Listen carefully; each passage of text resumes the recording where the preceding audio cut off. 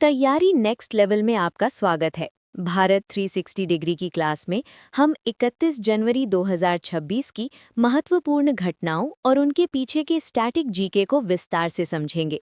उसके बाद घटना चक्र करंट अफेयर्स 2025 का रिवीजन करेंगे। तो चलिए शुरू करते हैं। सबसे पहले बात करते हैं गणतंत्र दिवस 2026 के पुरस्कारों की। इस बार महाराष्ट्र की झांकी ने पहला स्थान हासिल किया है, जिसकी थीम गणेशोत्सव थी। दूसरे नंबर पर जम्मू और कश्मीर और तीसरे पर केरल रहा। अगर मंत्रालयों की बात करें तो संस्कृति मंत्रालय की वंदे मातरम थीम वाली झांकी को विशेष श्रेणी में विजेता चुना गया है। साथ ही मार्चिंग में भारतीय नौसेना और CAPF में दिल्ली पुलिस को सर्वश्रेष्ठ चुना गया है। इसे याद रखिएगा, ये अक्सर एग्जाम्स में पूछा जाता है। अब चलते हैं अंतर्राष्ट्रीय राजनीति की ओर। अमेरिका एक बार फिर पेरिस समझौते से बाहर हो गया है। ध्यान देने वाली बात यह है कि अमेरिका दुनिया का इकलौता ऐसा देश है जो आधिकारिक तौर पर दूसरी बार इस समझौते से बाहर हुआ है। 2015 में ओबामा के समय एंट्री हुई, फिर ट्रंप के पहले कार्यकाल में एग्जिट, बाइडेन के समय फिर एंट्री और अब 2026 में ट्रंप 2.0 के तहत फिर से एग्जिट। चूंकि अमेरिका दुनिया का दूसरा सबसे बड़ा कार्बन उत्सर्जक है, इसलिए इसका पर्यावरण पर गहरा प्रभाव पड़ेगा। आर्थिक मोर्चे पर भारत के लिए अच्छी खबर है। आर्थिक सर्वेक्षण 2025-26 के अनुसार भारत लगातार 4 वर्षों से सबसे तेजी से बढ़ती हुई प्रमुख अर्थव्यवस्था बना हुआ है। वित्त मंत्री निर्मला सीतारमण जी द्वारा पेश किए गए इस सर्वे में FY27 के लिए GDP ग्रोथ का अनुमान 6.8 से 7.2% रखा गया है। खास बात यह है कि महंगाई दर मात्र 1.7% पर नियंत्रित है। विज्ञान के क्षेत्र में केरल ने एक अनोखी पहल की है। केरल भारत का पहला ऐसा राज्य बन गया है जिसने अपना राज्य माइक्रोब स्टेट माइक्रोब घोषित किया है। इसका नाम बेसिलिस सबटिलिस है। बच्चों, ये एक गुड बैक्टीरिया है जो मिट्टी की उर्वरता बढ़ाने के साथ साथ हमारी आंतों यानी गट हेल्थ के लिए भी बहुत फायदेमंद है। सांस्कृतिक धरोहर की बात करें तो ओडिशा के बुद्धिस्ट डायमंड ट्रायंगल को यूनेस्को की अस्थायी सूची में शामिल किया गया है। इसमें 3 प्रमुख बौद्ध स्थल शामिल हैं: ललितगिरी, उदयगिरी और रत्नागिरी। अक्सर छात्र कंफ्यूज हो जाते हैं, पर याद रखिएगा कि सांची MP इसमें शामिल नहीं है। ये ओडिशा के जाजपुर और कटक जिलों में स्थित है। राज्यों की नीतियों पर नजर डालें तो कर्नाटक ने गिग वर्कर्स जैसे ज़ोमैटो या स्विगी के डिलीवरी पार्टनर्स के लिए एक कल्याण बोर्ड बनाने की पहल की है, जिसमें उन्हें यूनिक ID और सामाजिक सुरक्षा दी जाएगी। वहीं मध्य प्रदेश सरकार ने वर्ष 2026 को कृषि वर्ष घोषित किया है। MP वर्तमान में सोयाबीन और दलहन उत्पादन में देश में नंबर 1 पर है। रक्षा और अंतरिक्ष के क्षेत्र में हमारी नारी शक्ति का परचम लहरा रहा है। Captain Hansja Sharma Rudra attack helicopter उड़ाने वाली पहली महिला अधिकारी बन गई हैं। रुद्र पूरी तरह से स्वदेशी हेलीकॉप्टर है जिसे HAL ने बनाया है। साथ ही स्टार्टअप आकाश लाभ भारत का पहला इनफ्लेटेबल स्पेस हैबिटेट यानी फुलाया जा सकने वाला अंतरिक्ष आवास बनाने पर काम कर रहा है। एक सामाजिक आंदोलन के बारे में भी जान लेते हैं जो चर्चा में है। 4B आंदोलन। इसकी शुरुआत दक्षिण कोरिया से हुई है। ये पितृसत्तात्मक समाज के खिलाफ एक रेडिकल फेमिनिस्ट आंदोलन है जिसके 4 नो हैं: no marriage, no child birth, no dating और नो सेक्स। व्यापार जगत की एक बड़ी खबर भारत EU मुक्त व्यापार समझौता है, जिसे 27 जनवरी 2026 को घोषित किया गया। इसे मदर ऑफ ऑल डील्स कहा जा रहा है क्योंकि ये दुनिया की 25% GDP को कवर करता है। इससे कारों पर लगने वाला टैरिफ 110% से घटकर सिर्फ 10% रह जाएगा। खेलों की दुनिया में PV सिंधु ने इतिहास रच दिया है। वो 500 सिंगल्स मुकाबले जीतने वाली पहली भारतीय महिला शटलर बन गई हैं। इसके अलावा हॉकी इंडिया लीग 2026 का खिताब कलिंगा लैंसर्स ने दूसरी बार जीत लिया है। इतिहास के पन्नों को देखें तो 30 जनवरी को हम शहीद दिवस के रूप में मनाते हैं, जो महात्मा गांधी की पुण्यतिथि है। वहीं 29 जनवरी को भारतीय समाचार पत्र दिवस मनाया जाता है, क्योंकि इसी दिन 1780 में भारत का पहला अखबार हिक्कीज बंगाल गजट शुरू हुआ था। अंत में कुछ वन लाइनर्स। असम ने चाय बागान श्रमिकों के लिए AP कोहली सहायता योजना शुरू की है। खेलो इंडिया विंटर गेम्स में हरियाणा पदक तालिका में शीर्ष पर रहा है।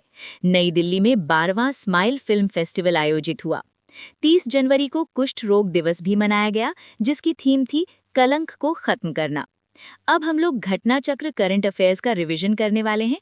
तब तक आप लोग तो चैनल को सब्सक्राइब और लाइक कर लीजिए और अपने दोस्तों के साथ शेयर कीजिए। धन्यवाद।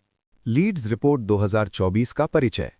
हेलो बच्चों, सबसे पहले बात करते हैं लीड्स रिपोर्ट 2024 की। इसे 3 जनवरी 2025 को हमारे केंद्रीय वाणिज्य एवं उद्योग मंत्री पीयूष गोयल जी ने जारी किया। ध्यान रखिएगा, ये इस रिपोर्ट का 6ठा संस्करण है। ये रिपोर्ट 2 मुख्य आधारों पर तैयार की गई है: धारणा आधारित और उद्देश्यपरक संकेतक।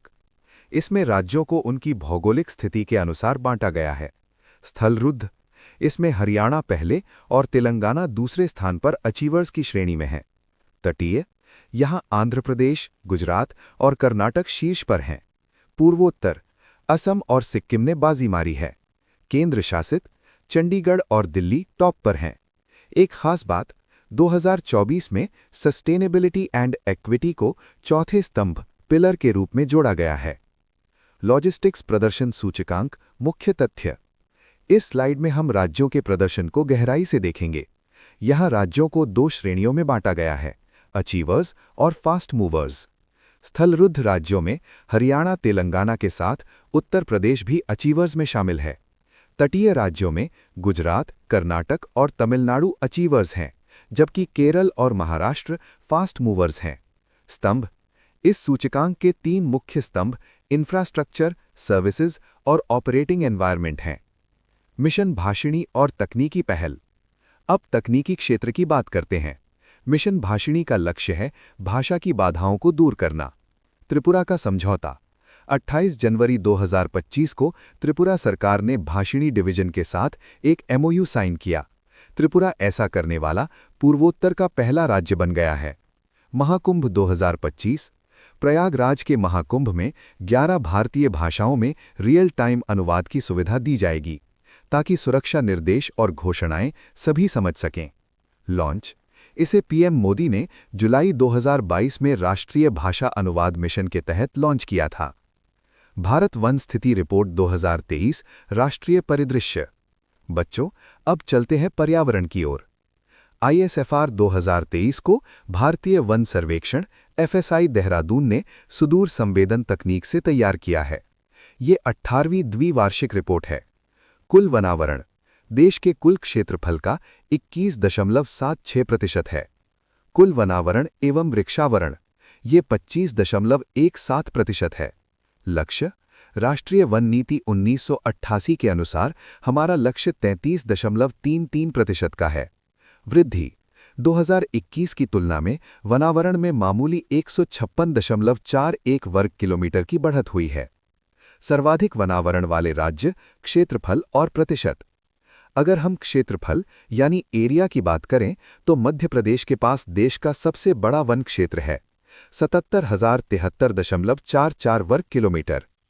अरुणाचल प्रदेश दूसरे स्थान पर है, लेकिन अगर प्रतिशतता की बात करें तो यहाँ पूर्वोत्तर का दबदबा है। मिजोरम 85.34%, अरुणाचल प्रदेश 78.67%। शीर्ष 5 राज्य पूर्वोत्तर भारत से ही हैं। वनावरण में परिवर्तन, वृद्धि और कमी। ये स्लाइड बहुत ही रोचक है, क्योंकि ये हमें गेनर्स और लूजर्स के बारे में बताती है। सर्वाधिक वृद्धि, टॉप गेनर्स, क्षेत्रफल के हिसाब से छत्तीसगढ़ में सबसे ज्यादा सुधार देखा गया है, प्लस 683.62 वर्ग किलोमीटर। सर्वाधिक कमी, बड़े दुख की बात है कि मध्य प्रदेश में सबसे ज्यादा गिरावट दर्ज की गई है, -371.54 वर्ग किलोमीटर। इसके बाद आंध्र प्रदेश और तेलंगाना का नंबर आता है। वृक्षावरण की स्थिति, वनावरण के अलावा पेड़ों का अलग से भी आकलन होता है। कुल वृक्षावरण 3.41% है। क्षेत्रफल में महाराष्ट्र सबसे आगे है, 14,524.88 वर्ग किलोमीटर। प्रतिशत में केरल शीर्ष पर है, 7.48%। मैंग्रोव आवरण 2023। तटीय पारिस्थितिकी तंत्र के लिए मैंग्रोव बहुत जरूरी हैं। भारत में कुल मैंग्रोव आवरण 4,991.68 वर्ग किलोमीटर यानी कुल भौगोलिक क्षेत्र का 0.15% है। शीर्ष राज्य पश्चिम बंगाल 2119.16 वर्ग किलोमीटर पहले नंबर पर है। उसके बाद गुजरात है। शीर्ष जिला पश्चिम बंगाल का दक्षिण 24 परगना मैंग्रोव में नंबर 1 है। कार्बन स्टॉक और वुड वॉल्यूम, ये टेक्निकल डेटा हमारे जलवायु परिवर्तन से लड़ने की क्षमता को दर्शाते हैं। कुल कार्बन स्टॉक 7,285.5 मिलियन टन है, जिसमें 81.5 मिलियन टन की वृद्धि हुई है। शीर्ष राज्य कार्बन स्टॉक में अरुणाचल प्रदेश 1,021 मिलियन टन सबसे आगे है। वृद्धिमान स्टॉक वनों के भीतर और बाहर मिलाकर ये 6,429.64 मिलियन घन मीटर है। पूर्वोत्तर भारत चिंताजनक रुझान। अंत में हमें पूर्वोत्तर भारत की स्थिति पर गौर करना होगा। यद्यपि यहाँ देश के कुल वनावरण का लगभग 1/4 भाग है, लेकिन यहाँ वनावरण में भारी गिरावट 327.30 किलोमीटर देखी गई है। इसका मुख्य कारण झूम खेती और विकास कार्य हैं। सोनमर्ग सुरंग जेड मोड एक इंजीनियरिंग चमत्कार। नमस्ते बच्चों, सबसे पहले बात करते हैं जम्मू कश्मीर की एक शानदार उपलब्धि की, सोनमर्ग सुरंग, जिसे हम जेड मोड सुरंग के नाम से भी जानते हैं। 13 जनवरी 2025 को प्रधानमंत्री नरेंद्र मोदी जी ने इसका उद्घाटन किया। इसका नाम जेड क्यों है? दरअसल पहले यहाँ की सड़क अंग्रेजी के जेड अक्षर की तरह घुमावदार थी, इसलिए इसे जेड मोड कहा जाता था। फायदा क्या है? पहले भारी बर्फबारी की वजह से सर्दियों के 4 महीने सोनमर्ग देश से पूरी तरह कट जाता था, लेकिन अब ये सुरंग हमें 12 मासी कनेक्टिविटी देगी, यानी अब साल के 365 दिन यहां आना जाना संभव होगा। ये हमारे पर्यटन और सुरक्षा दोनों के लिए बहुत बड़ा कदम है। तकनीकी बारीकियां, जेड मोड टनल फैक्ट्स। विद्यार्थियों, इस स्लाइड पर दिए गए डेटा को ध्यान से देखें, क्योंकि एग्जाम्स में अक्सर फैक्ट्स पूछे जाते हैं। ये सुरंग गांदरबल जिले में गगनगीर और सोनमर्ग के बीच स्थित है। इसकी ऊंचाई समुद्र तल से 8,652 फीट है। इसकी कुल लंबाई लगभग 12 किलोमीटर है। इसमें मुख्य सुरंग 6.4 किलोमीटर की है और साथ में एक इमरजेंसी एग्जिट सुरंग यानी पैरेलल एस्केप टनल भी बनाई गई है, ताकि किसी भी अनहोनी के समय सुरक्षित निकला जा सके। इसकी लागत 2700 करोड़ रुपए से भी ज्यादा आई है। मिशन भाषिणी, अगला टॉपिक बहुत ही स्मार्ट है। मिशन भाषिणी का लक्ष्य भाषा की दीवारों को गिराना है। हाल ही में त्रिपुरा सरकार ने भाषिणी डिवीजन के साथ एक समझौता MOU साइन किया है, और ऐसा करने वाला ये पूर्वोत्तर भारत का पहला राज्य बन गया है। इसका उद्देश्य ये है कि सरकारी योजनाएं और सेवाएं लोगों को उनकी अपनी स्थानीय भाषा में मिल सकें। महाकुंभ 2025 और भाषिणी का जादू। बच्चों, क्या आप जानते हैं कि प्रयागराज महाकुंभ 2025 में भी भाषिणी ऐप का इस्तेमाल होगा? वहां 11 भारतीय भाषाओं में रियल टाइम अनुवाद की सुविधा होगी।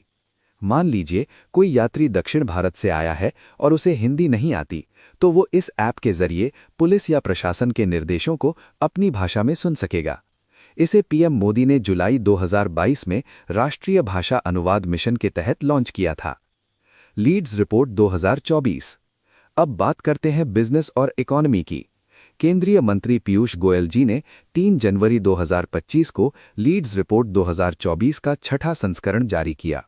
लीड्स का मतलब है विभिन्न राज्यों में लॉजिस्टिक्स यानी सामान लाने ले जाने की सुविधा कैसी है। नया क्या है?